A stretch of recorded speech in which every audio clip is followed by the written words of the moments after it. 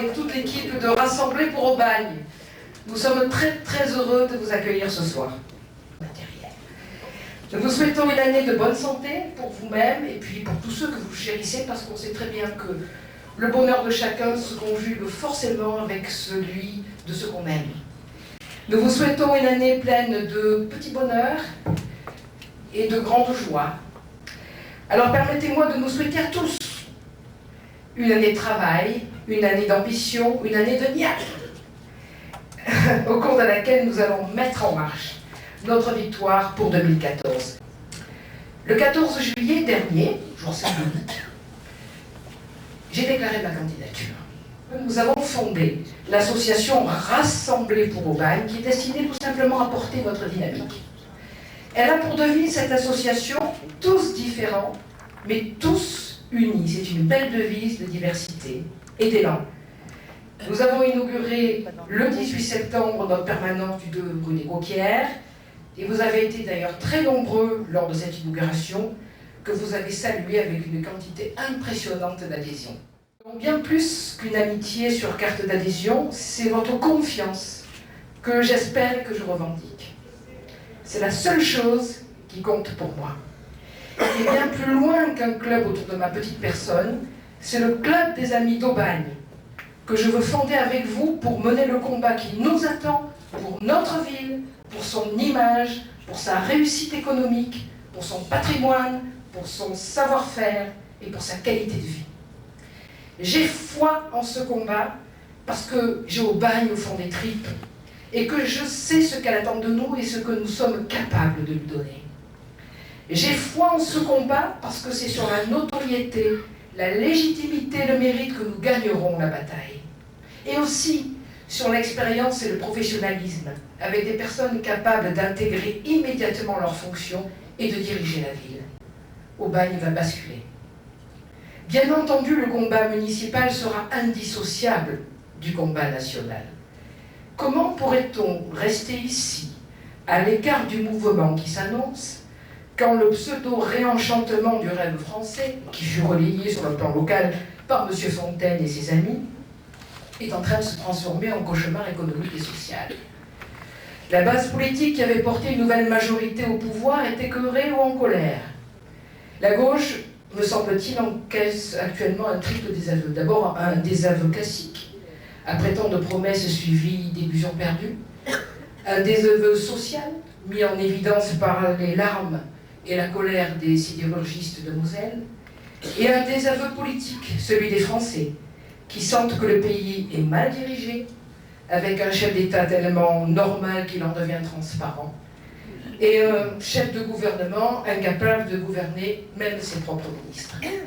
Nous devons être implacables vis-à-vis de la municipalité sortante, mais nous devons être ouverts et accueillants, bien sûr, et avant tout à l'égard de nos partenaires de l'UMP, mais aussi avec tous celles et ceux venant d'autres horizons, qui pour Aubagne sont prêts à s'engager. Et je veux parler ici de nos collègues de l'UMP. D'abord pour dire notre consternation pour ces militants que nous connaissons bien, qui sont des amis, et qui subissent injustement les affres d'une élection souillée par des suspicions de fraude. Ensuite, pour affirmer que ma candidature n'a été dirigée, je vous le dis, contre personne, sauf contre la majorité.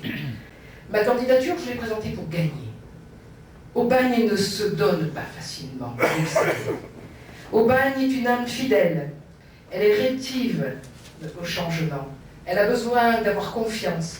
Elle a besoin de savoir qu'on l'aime. Elle a besoin de savoir qu'on lui fera du bien. Car le combat que je mène, je crois, est respecté même par ceux qui ne sont pas de notre bord, car ils le reconnaissent comme courageux et loyal. L'UMP paie sa division au prix fort. Ne laissons pas le virus de la division pénétrer nos rangs et nous affaiblir. Nous ne serons pas trop de 2, de 10, de 43 colistiers pour relever les manches. Et si les Aubagnais nous confient les clés de la ville, il y aura bien d'autres mandats qui suivront. Chacun aura sa place, chacun aura son tour. L'ambition politique est une qualité, mais la patience est une vertu. Gagnons d'abord, et le contexte y est favorable. Car sur le plan local à présent, Les choses se gâtent terriblement et on entend monter chaque jour le mécontentement et la stupeur dans la ville d'Aubagne. La gestion calamiteuse de la ville d'Aubagne avait été longtemps et curieusement épargnée par les médias. Et 2012 fut l'année des révélations publiques. Aujourd'hui, quand ils parlent de l'agglo d'Aubagne, les journalistes nationaux les comparent à un morceau de graisse dans les Bouches-du-Rhône. Même France 2 et l'équipe d'envoyés spécial sont venus observer, comme des entomologistes, la cigale aubagnaise.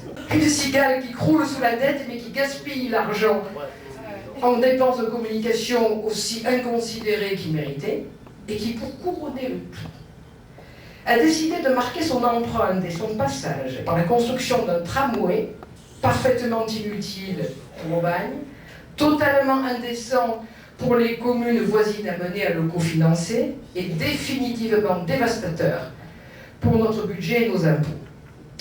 Nous avons tous, les uns et les autres ici, lutté contre ce projet insensé, superflu et ruineux. Nous avons lutté parce que nous savions que ce caprice, ce tramway aubagnais, relié à rien du tout, allait phagocyter tout notre investissement et que pour le payer, la taxe sur le versement de transport des entreprises n'y suffisant pas, il faudrait lever un impôt supplémentaire pour le ménage. Pétitions, conférences, articles de presse, lettres au préfet. En tant qu'élu, je crois que nous avons tout mis en action dans diverses communes pour prévenir du danger. Aujourd'hui, ce travail semble avoir payé, en tout cas, auprès du préfet et du ministre des Transports, qui ne le soutiennent visiblement pas. Le tramway d'Aubagne, qui ne s'inscrivait dans aucun schéma de déplacement métropolitain, n'a pas le soutien de l'État. Et la fameuse déclaration d'utilité publique n'a pas été donnée. Alors bien sûr, en politique, soyons prudents. Rien n'est jamais certain. La majorité aubagnaise risque au gros. Et elle doit chercher à négocier. Qu'aurait été au lendemain, avec 220 voire 250 millions d'euros de dettes supplémentaires liées au tramway, quand nous sommes déjà la ville la plus endettée, la plus mal gérée, et que nous avons un encours de dette qui est de près de 2 700 euros par habitant contre une moyenne nationale de 580 euros. Nous aurons évité le pire, mais pas tout à fait quand même, parce qu'il faudra payer l'irresponsabilité de la majorité qui, trop sûre d'elle, a commencé les travaux et passé beaucoup de marchés sans attendre le feu vert, sans attendre la déclaration d'utilité publique. Sachez qu'ont été passés par anticipation près de 70 millions d'euros de marchés pour des travaux qui ne seront probablement jamais réalisés, dont 17 millions d'euros pour des rames qui ne seront jamais livrées. Et si nous ajoutons à cela l'achat du terrain Camille, si nous ajoutons le coût de la maîtrise d'œuvre, nous en sommes à 90 millions d'euros. Quel fiasco! Des marchés à résilier, des dédommagements à payer, et donc des dépenses bien réelles pour un fantasme municipal. Nous en sommes là. L'année 2012 a été aussi l'année de la révélation publique de l'utilisation par la ville d'Aubagne des fameuses empreintes toxiques. Et c'est le journal Libération, dites-moi, qui a publié ces études sur les empreintes toxiques contractées par les collectivités. Et Aubagne était surligné en rouge comme l'une des villes les plus touchées par les empreintes toxiques, qu'il a fallu renégocier en catastrophe. Et à quel prix? Vous savez combien ça nous a eu? Nous avons eu de surcoûts de renégociation d'empreintes toxiques, 20 millions d'euros. 20 millions d'euros. Ce qu'aurait coûté la construction de 10 écoles, de 10 crèches. Voilà, ce qu'a dressé le journal Libération, c'est le constat de l'incompétence de l'équipe en place, qui a jeté notre argent par les fenêtres, et ce sont ces gens qui nous donnent perpétuellement des leçons. Pendant ce temps-là, les Aubagnais sont passés à l'essoreuse fiscale pour combler le gouffre de cette gestion exécrable. Taxe foncière et taxe d'habitation, on fait chaque année. Vous savez combien d'augmentation en 10 ans? Plus de 50%. Tout ça pourquoi? Pour combler le gouffre. Car avons-nous ici plus d'équipements sportifs, culturels ou de loisirs qu'ailleurs? Et si on parlait un peu de la contribution foncière des entreprises, qui avait été fixée à son montant maximum, là aussi vous en avez entendu parler. Là, il s'est vraiment passé quelque chose. Un vent de révolte s'est levé dans le monde des commerçants, des artisans, des petites entreprises. La multiplication de la CFE par 4. Ça en était vraiment trop dans un contexte économique particulièrement difficile. Puis ce fut la reculade, camouflée sous l'éternel prétexte de la faute à Sarkozy. Comme si ce n'était pas de façon complètement volontaire et délibérée qu'ici, cette CFE avait été fixée au plafond prévu par la loi.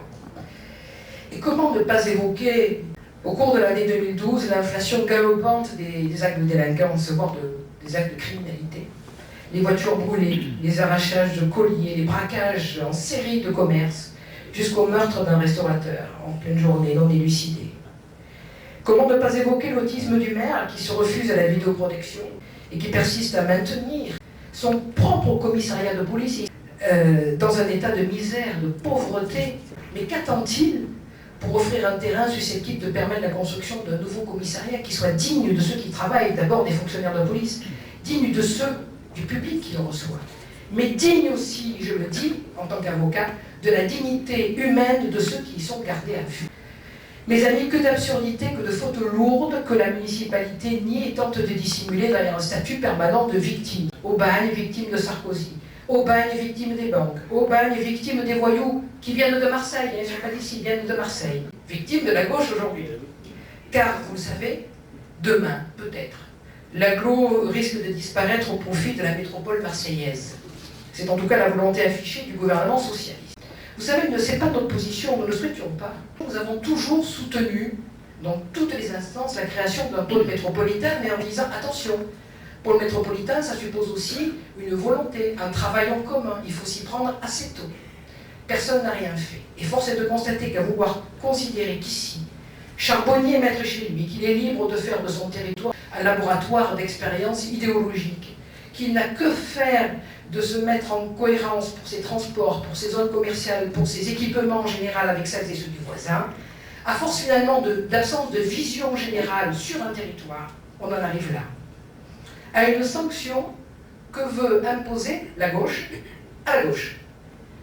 Quand nous pensons, tous ceux qui étaient avec moi, à la campagne d'intox qu'on a subie en 2008, au procès en sorcellerie qui nous était fait, au pseudo-référendum sur une métropole qui n'existait pas. Et quand je vois maintenant Daniel Fontaine, quand je le vois lever le glaive contre un gouvernement qui l'a soutenu, je me dis que le temps est vraiment venu au changement. Il aura fallu attendre plus longtemps que prévu, mais là, les Aubagnais en ont assez de cette tragicomédie. Ils veulent une Aubagne plus équitable, plus ouverte, indemne de clientélisme, propre, juste, sourcilleuse de l'argent qu'elle collecte, soucieuse de chacun de ses quartiers et de la qualité de vie de ceux qui les habitent. Ils veulent plus d'entreprises et d'emplois, ils veulent des équipements pratiques, solides, utiles, ils veulent des boulodromes qui ne deviennent pas des piscines, et des piscines en perpétuelle réparation qui peuvent servir de boulodrome. Les Aubagnais choisiront une équipe qui a prouvé qu'elle a du cœur à l'ouvrage et du dévouement pour sa ville, et qui remettra l'homme et sa qualité de vie au centre de tout. Et c'est le souci qui nous anime aussi et avant tout. Je l'ai dit, je le redis ce soir, Aubagne, c'est le combat de ma vie. Je n'ai pas trouvé plus fort que ces mots simples. Ils sont simples parce qu'ils sont authentiques, parce qu'ils viennent du cœur. C'est le combat de votre vie aussi. Et de l'avenir de vos enfants, bien entendu. De l'avenir de ceux qui vous entourent. Alors, battons-nous pour Aubagne, pour son dynamisme, pour sa liberté de penser, pour sa diversité, pour son rayonnement. Et c'est dans cet élan irrésistible que je veux vous entraîner. Ensemble, vous allez voir, nous allons renverser des montagnes d'incompréhension, d'arrogance et de sectarisme. Samedi, dans 3 jours, Marseille Provence 2013, capitale européenne de la culture, ouvrira les réjouissances par une grande clameur. Ben nous aussi, ce soir, à l'unisson, lançons notre propre clameur. Changeons. Au bout de 50 ans de bon sang, il est temps. Et personne ne nous arrêtera, car rien n'étouffera notre clameur, comme rien n'étouffera la musique qui va porter nos couleurs, une musique endiablée qu'on va vous faire écouter. Merci à tous.